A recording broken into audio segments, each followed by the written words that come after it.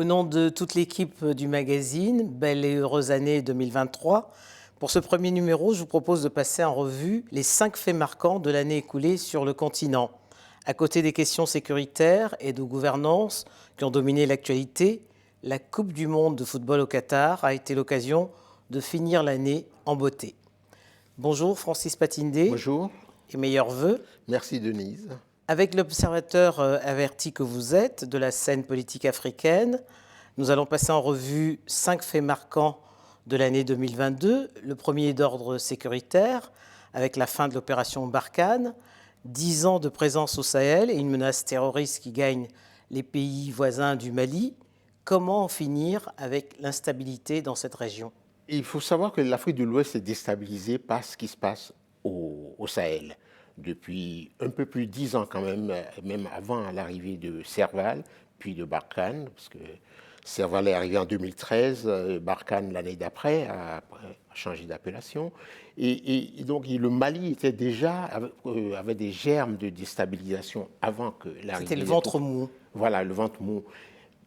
Ce qui est sûr, c'est que la France est intervenue au départ à la demande des autorités maliennes.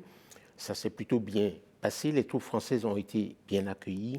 Après, il y a dû y avoir des choses qui n'ont pas été faites puisque l'adhésion a été moins forte et il y a même eu désaffection puisque les Maliens, à un moment ont demandé le départ des troupes françaises. Les troupes françaises qui, à un moment, se sont chiffrées jusqu'à 5000, 5400, ont quitté le Mali depuis le mois d'août. Ça a été officialisé par le président Macron en novembre de l'année dernière.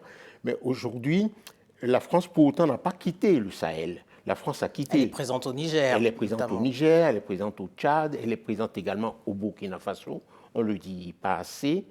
Et tout, elle est surtout présente au Niger, effectivement, où il y a les troupes françaises, il y a une base pour les drones, Reaper et tout.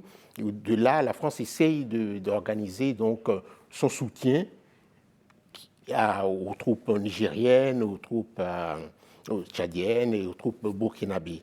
Le seul problème, c'est que la France, elle évite d'aller au contact avec les djihadistes. Le soutien est peut-être plus aérien, et puis par les drones et tout ça, un soutien de renseignement et puis d'intervention aérienne. L'arrivée de Wagner dans cette région est-elle une alternative plus prometteuse ? Moi, par principe, je suis contre la présence de troupes étrangères, que ce soit en Afrique ou ailleurs d'ailleurs. Et donc, je pense que la mauvaise expérience que vient d'avoir la France, et Barkhane, parce que c'est une mauvaise expérience, ça a coûté cher et ça a suscité plus le mécontentement, aussi bien au Mali, au Burkina, même au Niger. Donc, ça doit amener à refaire, à rebooter tout, à faire une analyse de ce qui n'a pas marché et de repartir de plus belle.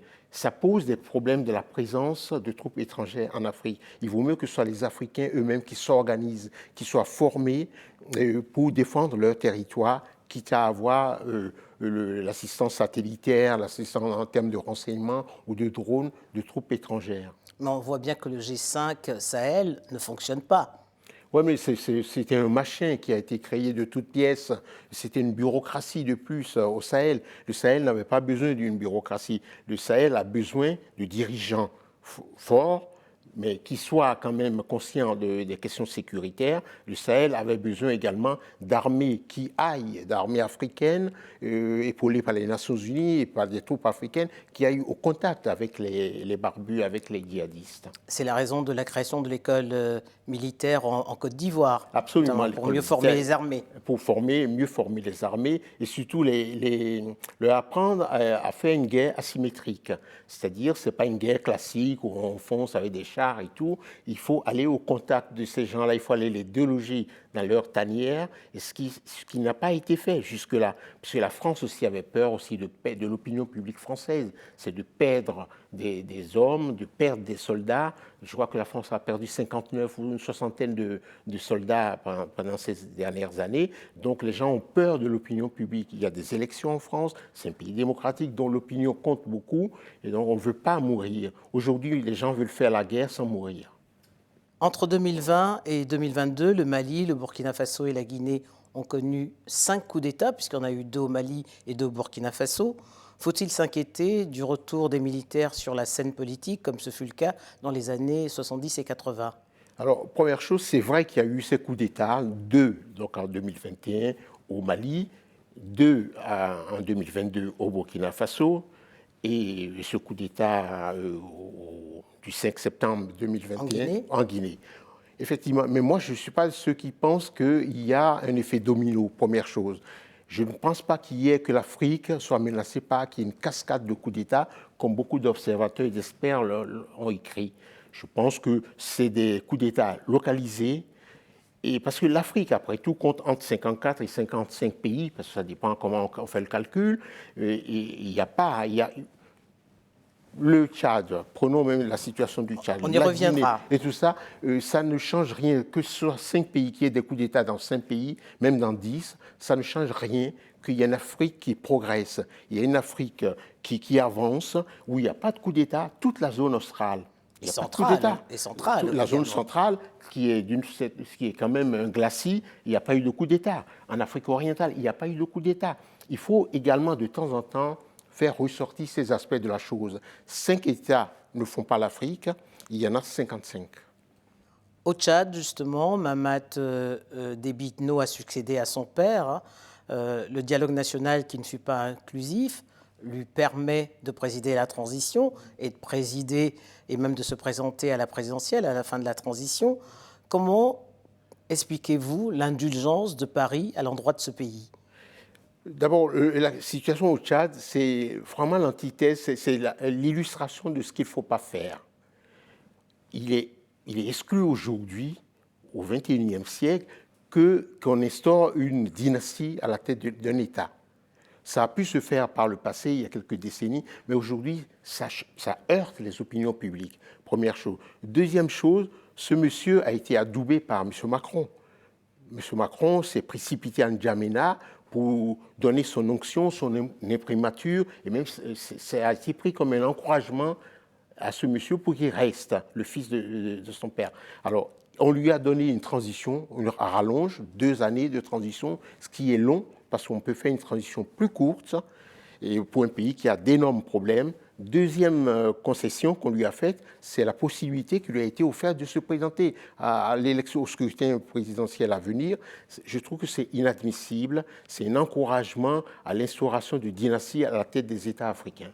Nouvelle tension entre le Rwanda et la République démocratique du Congo. Elle remonte à 1997. Elles avaient d'ailleurs conduit à la chute du maréchal Mobutu.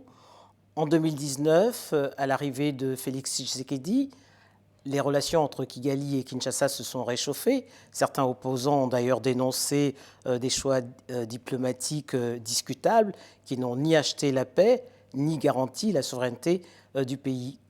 Aujourd'hui, avec les médiations du Kenya et de l'Angola, peut-on parvenir à une paix durable dans l'est de la RDC? À mon avis, ça va être très, très, très difficile.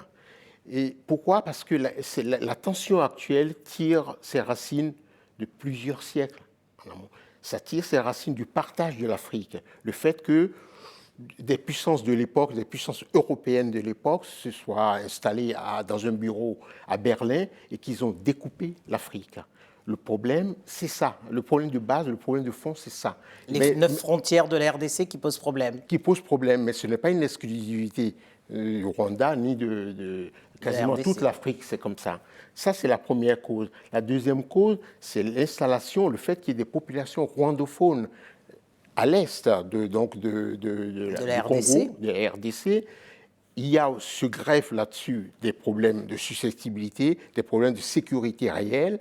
Le problème, c'est que, par exemple, le Rwanda soupçonne le Congo d'accueillir sur son territoire d'anciens génocidaires rwandais, les FDLR, et le Congo accuse le Rwanda de soutenir le M23. Donc, qui crée l'insécurité généralisée dans l'Est et les provinces de l'Est. Vous avez tous ces facteurs, et le fait également qu'il n'y ait pas d'autorité de l'État du côté de l'Est du Congo. On ne sent pas l'existence de l'État. L'État est trop loin, l'État est à Kinshasa.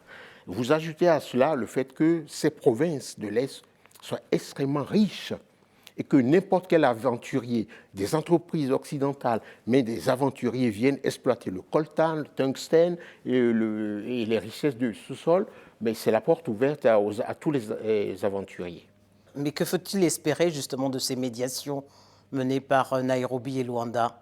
C'est intéressant parce que le Kenya... Parce qu'aujourd'hui, malgré le cessez-le-feu, le M23 continue à avancer. Absolument, parce que le problème doit se passer entre les deux chefs d'État, Tshisekedi et Kagame. Mais, vous savez, les personnalités des deux ils ont une personnalité clivante. Quoi qu'on dise, ce n'est pas le même style, c'est pas l'un est froid, l'autre est volubile et tout. Donc, il faut qu'ils se parlent avant tout. Et puis, avec le concours du Kenya, qui est une puissance régionale, et puis d'autres pays de la sous-région, on peut avancer à des compromis. Sinon, il va falloir régler les problèmes de fond de cette frontière, de la coexistence de ces deux pays. Ça semble être très, très, très difficile. Pour finir, Francis Patindé, sur une note positive, l'année 2022 s'est achevée avec une belle prestation des Lions de l'Atlas à la Coupe du Monde du Qatar. C'était la première fois qu'une équipe africaine atteignait les demi-finales. Est-ce que c'est de bon augure pour le Mondial 2026, puisqu'on sait que 10 équipes africaines seront sélectionnées pour ce rendez-vous du football? Moi, je pense que c'est un bon indicateur. D'abord, il faut se réjouir qu'il y ait une équipe africaine pour la première fois, parce que la première participation africaine date de 1934 avec l'Égypte. Donc, c'est la première fois qu'il y a une équipe africaine dans le dernier carré d'un mondial. Il faut s'en réjouir, mais ce n'est pas dû au hasard, c'est dû au travail. Il faut travailler, il faut de la rigueur. On ne va pas en Coupe du Monde juste pour faire des petits jeux, des petites passes, des dribbles et tout.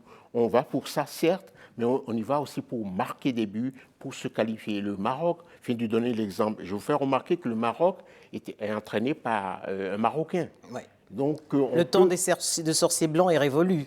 Voilà, c'est ça. Parce que toutes les équipes africaines sont entraînées par des entraîneurs africains. Des coachs africains. Voilà, et il y a une opportunité qui va s'ouvrir donc dans 4 ans. Ce sera entre le Mexique, le Canada et les États-Unis, parce que la prochaine Coupe du Monde va être organisée par ces 3 pays.